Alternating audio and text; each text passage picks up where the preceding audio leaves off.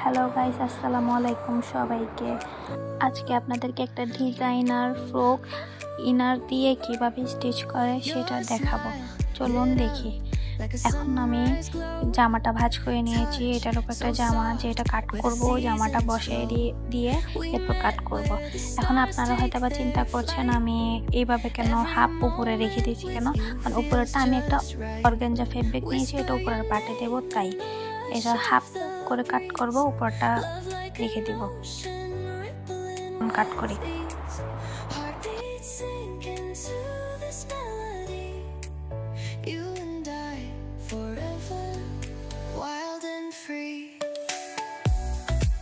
Organza ফেব্রিকটা কাট করে iron করে নিয়ে আসি।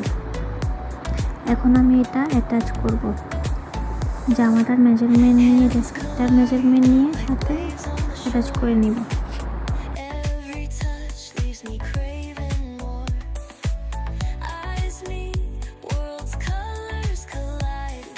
এটা আমি এখন বরাবর বসিয়ে ভালো করে মেজারমেন্ট নিয়ে ফেলবো।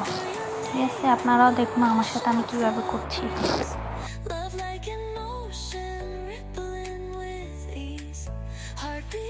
চলুন উপরে পাটিটা সেলাই করে ফেলি। এবার এই যে উপরে পাটিটা সেলাই করতেছি, ওই যে অর্গানজা ফেব্রিকের সাথে জামার সাথে হাফ করে স্টিচ করে ফেলবো। ঠিক আছে, স্টিচ করে আমি আপনাদেরকে দেখাচ্ছি এখন কেমন হয়েছে।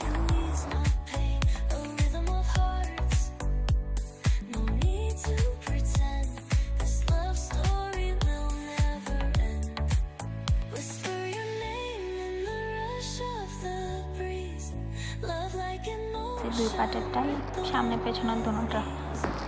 ঠিক আছে, এখন ভিতরে ইনারটা অ্যাটাচ করব জামার সাথে। চলুন অ্যাটাচ করি।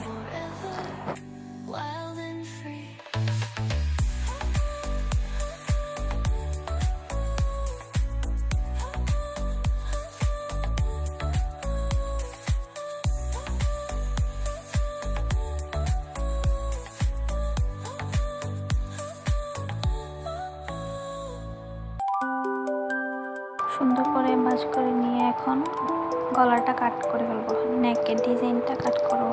আমি বুট গলাটা দিব।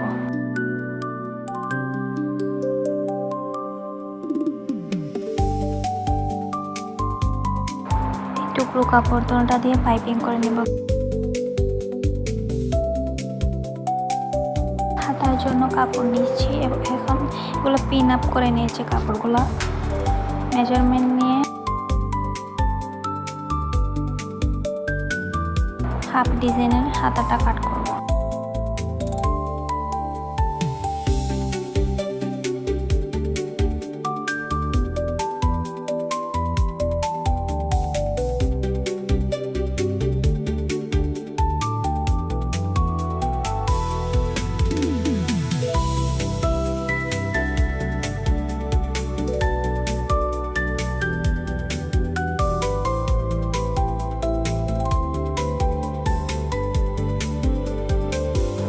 গলার মধ্যে এক পাশে পাইপিং করে নিয়ে ফেলছি, আরেক পাশে আপনাদেরকে পাইপিং করে দেখাচ্ছি।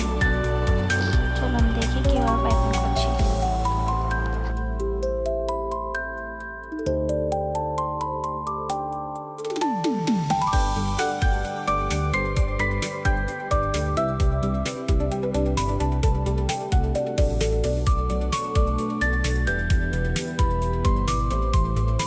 পাইপিং করা শেষ। এখানে আমার ভিডিও একটু কাট হয়ে গেছে, তাই আমি আপনাদেরকে বাকি ভিডিও দেখাতে পারিনি গলাটা কিভাবে বানিয়েছি সেটা। এখন চলুন দুনো পাটকে এভাবে স্টিচ করে দেবো। দুনো পাটকে জোড়া লাগিয়ে দিয়ে সামনে পেছনে দুটোটা।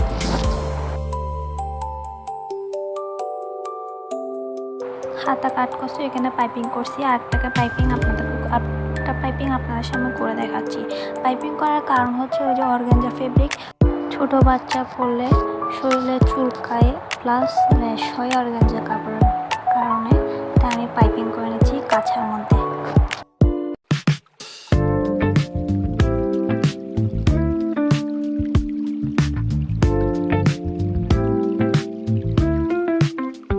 করবো, তারপর হাত থেকে পরাটা স্টিচ করে ফেলবো। আমি যেভাবে সেলাই করছি আপনারা ওই ব্যবহার করবেন।